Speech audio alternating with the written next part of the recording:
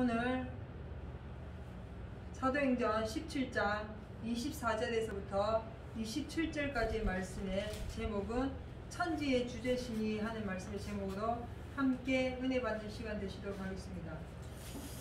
본문의 24절에 먼저 가서 보시면, 우주와 그 가운데 있는 만유를 지으신 신께서는 천지의 주제시니 손으로 지은 전에 계시지 아니하시고. 아멘. 하나님은 요한복음 1장에 가서 보면 태초에 말씀이 계십니다. 그 말씀이 하나님과 함께 계셨고 그 말씀이 곧 하나님이시라고 말씀해 놓았습니다. 태초에 하나님의 말씀은 이미 온 우주 만유를 주재하시고 만물을 창조하신 분입니다. 항상 우리가 신앙생활을 하면서 예수를 믿으면서 늘 잊지 말아야 될 것은 우리는 피조물입니다. 창조주 하나님은 우리를 만드신 분이시고, 우리는 그 어느 누구도 그 하나님의 형상을 따라 쫓음받은 자들이지만 하나님이 아닌 것을 우리가 반드시 알고 있어야 되는 것입니다. 이것을 알지 못하기 때문에 많은 사람들이 저 자신부터 우리가 스스로 판단하고 스스로 결정해서 하나님 자리에 있을 때가 정말 많다는 것이죠. 저는 하나님을 믿고 지난 시간 동안 예수를 믿어오면서 많은 시간 동안 제가 하나님을 잘 믿는 줄 알았고 바르게 믿는다고 생각을 했었거든요. 근데 성경을 점점점 보면 볼수록 이 성경을 통해서 이 세상의 모든 되어지는 일들을 보고 느끼면 느낄수록 정말 하나님은 창조주이시며 우리는 피조물이라는 그 창조의 세계 속에서 조물주와 피조물의 관계가 정말 온전히 서지 않으면 아무것도 될 수 없다는 것을 정말 많이 깨닫게 됩니다. 때는 내가 하나님의 자리에 서 있을 때가 너무 많고, 내 생각과 내 판단으로 말미암아서 내가 결정하는 일들이 하나님의 뜻과 전혀 거리가 먼 다른 일을 할 때가 정말 많다는 것이죠. 그것이 성경을 알기 전에는 몰랐는데 성경을 알게 되고 성경을 보게 되고 그 말씀으로 말미암아서 여러 가지 일들을 당하게 되니까, 정말 하나님은 창조주시고 조물주시며 우리는 피조물 뿐이지 오직 우리가 하나님 자리에 설 수 없다는 것을 더 깨닫게 되고 알게 되었습니다.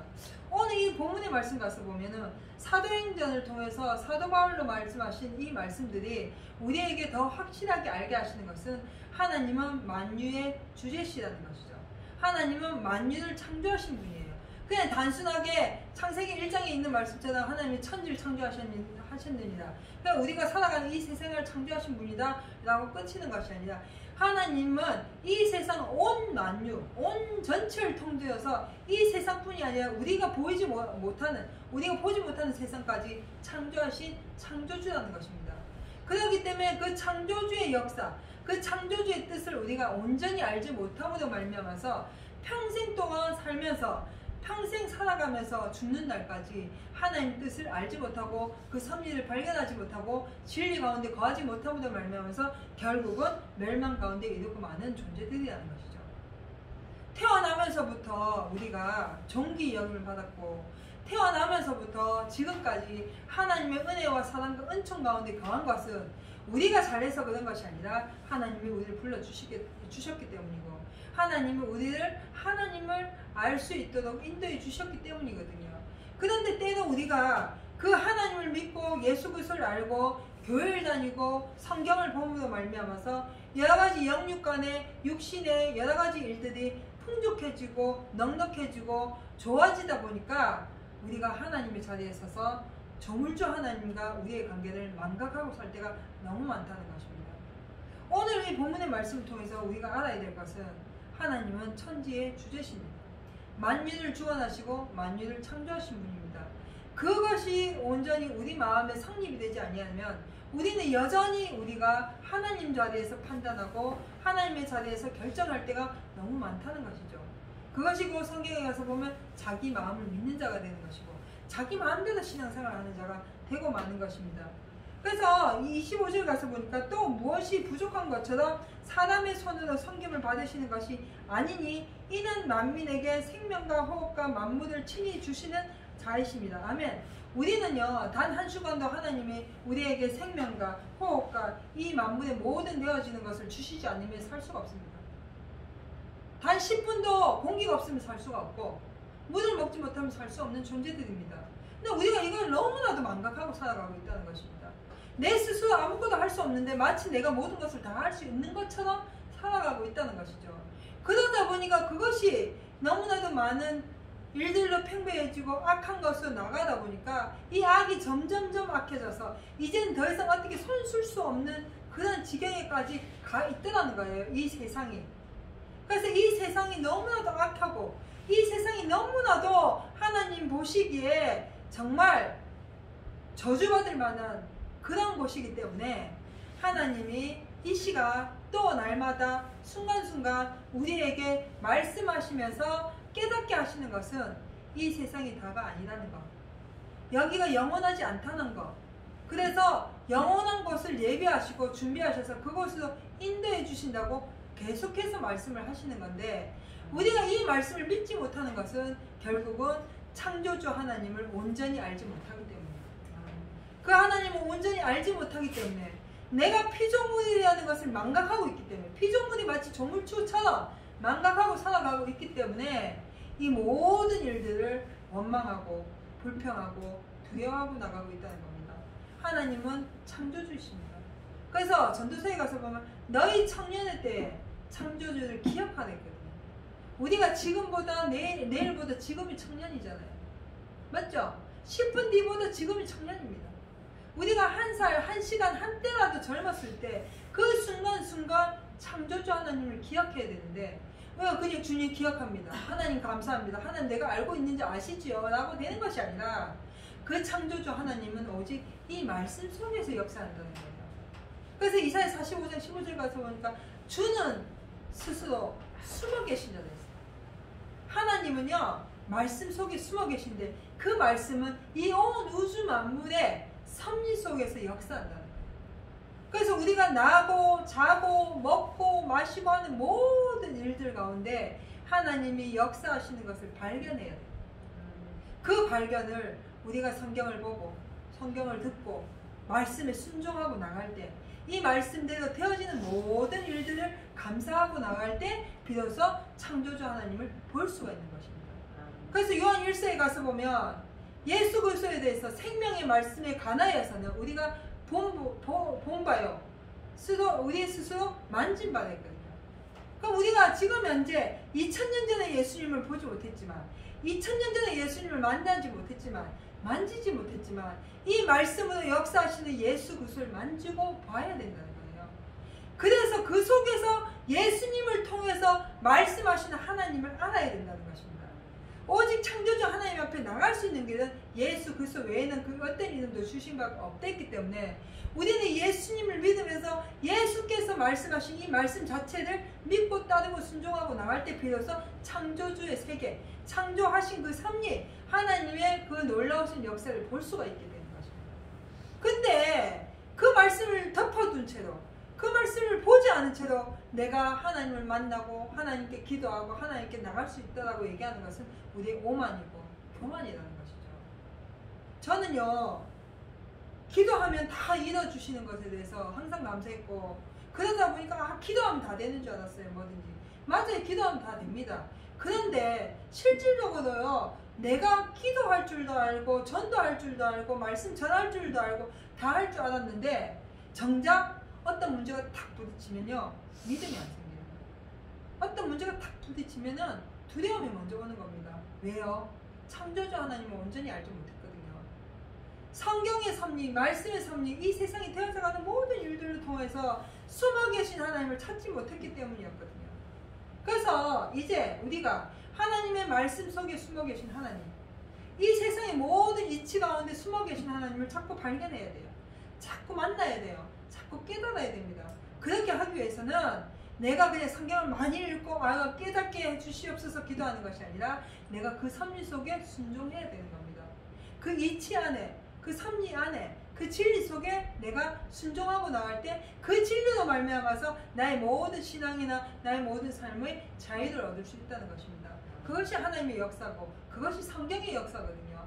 그런데 성경을 똑바로 보지 못하고 내 마음대로 믿고 내 생각대로 믿고 내 기준에 놓고 성경을 보니까 정말로 창조주 하나님을 만나지 못해서 내 안에 하나님이란 커다란 우상을 만들어 놓고 그것을 섬기고 있었다는 것이죠. 내가 원하는 하나님, 내가 만나고 싶은 하나님, 내가 꿈꾸는 하나님, 내게 필요한 하나님을 내가 믿고 그것을 내 안에 우상으로 섬겨두고 있었다는 것입니다.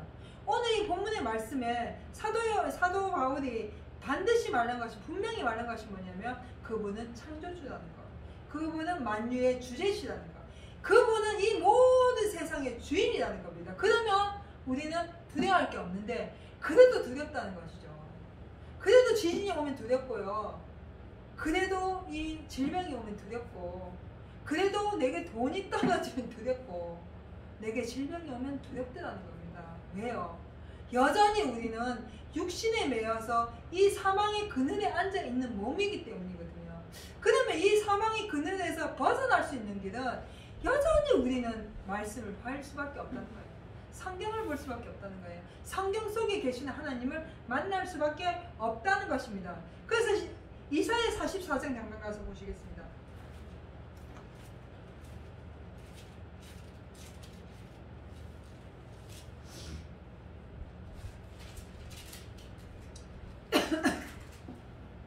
이사야 44장 6절 가서 보시면 이스라엘의 왕인 여호와 이스라엘의 구속자인 만군의 여호와가 말하노라. 나는 처음이요 나는 마지막이라. 나 외에 다른 신이 없느니라.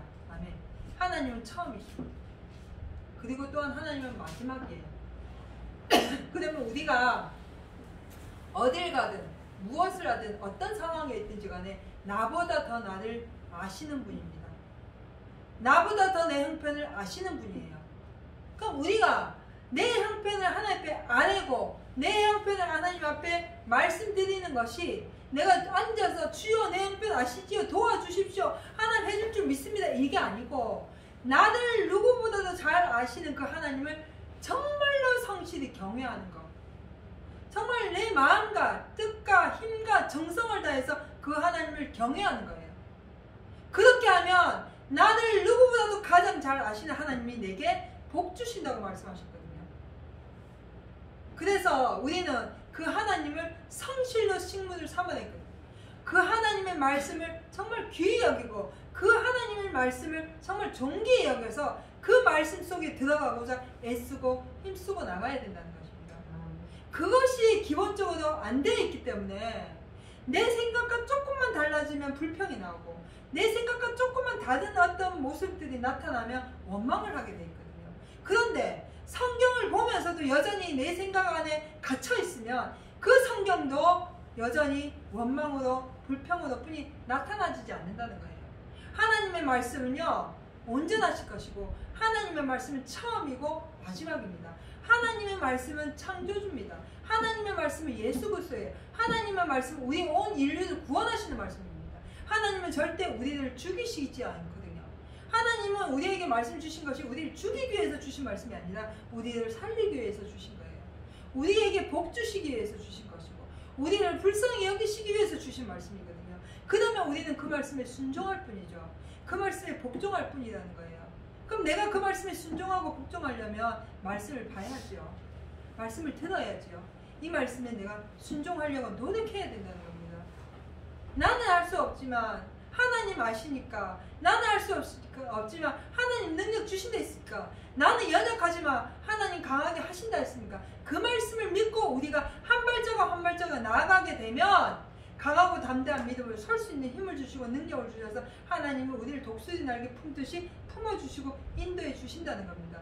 그 믿음이 있으면 온전하신 하나님을 알게 되고 그 믿음이 서게 되면 온전하신 창조주를 바라볼 수가 있게 되는 겁니다. 창조주를 보게 되면 나를 볼 수 있어요. 내가 누구라는 것, 피조물이라는 것.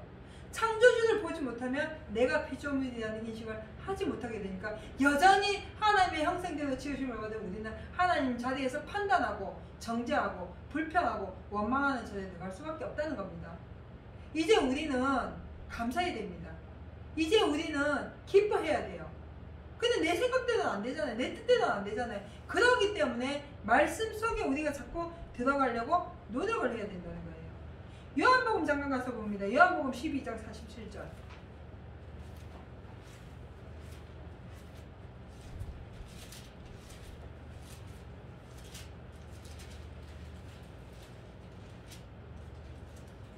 요한복음 12장